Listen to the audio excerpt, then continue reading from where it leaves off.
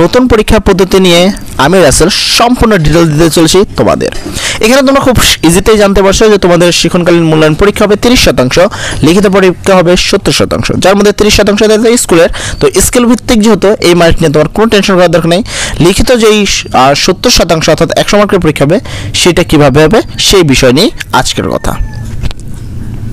প্রশ্ন, এখন কথা হলো কতটা প্রশ্ন দেখবেন, কত মার্ক থাকবে।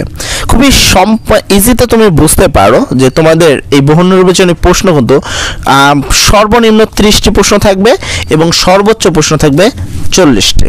ঠিক আছে, তো এই বহু নির্বাচনী প্রশ্ন তোমরা পাবা সর্বনিম্ন 30টি এবং সর্বোচ্চ 40টি প্রশ্ন পাবা, যার মধ্যে খুব ইজিতে তোমরা বুঝতে পারছো যদি 40টি থাকে তাহলে 40 মিনিট সময় পাবা এবং 30টি থাকলে 30 মিনিট সময় পাবা। প্রত্যেকটা বহু নির্বাচনের জন্য মার্ক থাকবে 1 মার্ক করে। তবে অনেকের একটা প্রশ্ন বিষয়ে ডাউট আছে, সেটা হলো বহু নির্বাচনের অপশন থাকবে কিনা। এই বিষয়ে একবারে খুব ইজি যে বহু নির্বাচনের প্রশ্ন অবশ্যই অপশন থাকবে এবং 4টি করে অপশন দেওয়া থাকবে, ক, খ, গ, ঘ। এর মধ্যে তুমি যে কোনো একটি রাইট মারতে পারবে এবং এখানে তোমার কোনো কাট মার্ক নাই। তার মানে তুমি যদি ভুল উত্তর দাও তার জন্য কোনো মার্ক কাটা যাবে না। তার মানে তুমি অবশ্যই সম্পূর্ণ প্রশ্নের উত্তর করে দিবে এবং সম্পূর্ণ প্রশ্নের বহু নির্বাচনে উত্তর করবা। টাইম না থাকলে জাতামাতা পূরণ করবা, কিন্তু অবশ্যই উত্তর করে দিবা। এর পরবর্তীতে চলে আমাদের পরবর্তী প্রশ্ন হলো সংক্ষিপ্ত প্রশ্ন। সংক্ষিপ্ত প্রশ্ন অনেকটা এক কথায় প্রশ্ন থাকে। এখানে তোমাদের সর্বনিম্ন 10টা এবং সর্বোচ্চ 20টা প্রশ্ন থাকবে। এক কথায় উত্তর কেমন হয় যদি তুমি একটু খেয়াল করো, এখানে যেমন বলা হয়েছে বাবুই পাখিকে তাঁতি পাখি বলা হয় কেন। তোমাকে হয়তো তুমি এই প্রশ্নটা অনেক বড় বলতে পারো, কিন্তু এক লাইনে উত্তর দিতে হবে। নিপুণ বা আশা গড়ার কারিগর বলে বাবুল পাখিকে তাঁতি পাখি বলা হয়। এরকম সিম্পল এক লাইনের প্রশ্নের উত্তর করতে হবে। যারা পারো না আমাদের দেখবে আমাদের এখানে তোমাদের নির্বাচনী প্রশ্নের জন্য বা বার্ষিক নির্বাচন পরীক্ষার জন্য কিন্তু প্রচুর সংক্ষিপ্ত প্রশ্ন দেওয়া হয়েছে। এগুলো প্র্যাকটিস করো, 100% কমন পেয়ে যাবা।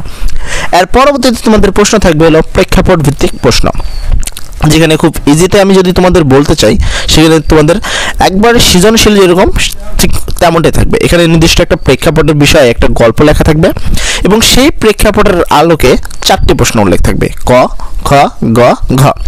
এই ক নম্বরে তুমি পাবা 1 মার্ক, খ নম্বরে পাবা 2 মার্ক, গ নম্বরে পাবা 3 মার্ক এবং ঘ নম্বরে পাবা 4 মার্ক। এই হলো তোমার টোটাল 10 মার্ক।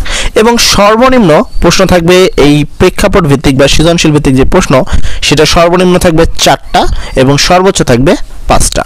প্রত্যেকটা সৃজনশীলে 10 মার্ক করে, 4টা থাকলে 40 মার্ক এবং 5টা থাকলে 50 মার্ক।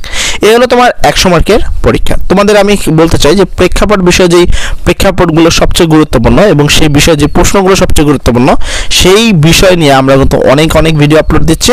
তোমরা চাইলে সেই মূল্যায়ন পরীক্ষার প্রশ্নপত্র বা নমুনা প্রশ্ন উত্তরগুলো দেখে নিতে পারো, যার মাধ্যমে তুমি 100% থাকতে পারো প্রেক্ষাপটের প্রশ্ন, নির্বাচনী প্রশ্ন এবং সংক্ষিপ্ত প্রশ্নগুলো কম পাবা। আশা করি তোমাদের প্রশ্ন নেওয়ার কোনো সমস্যা নাই।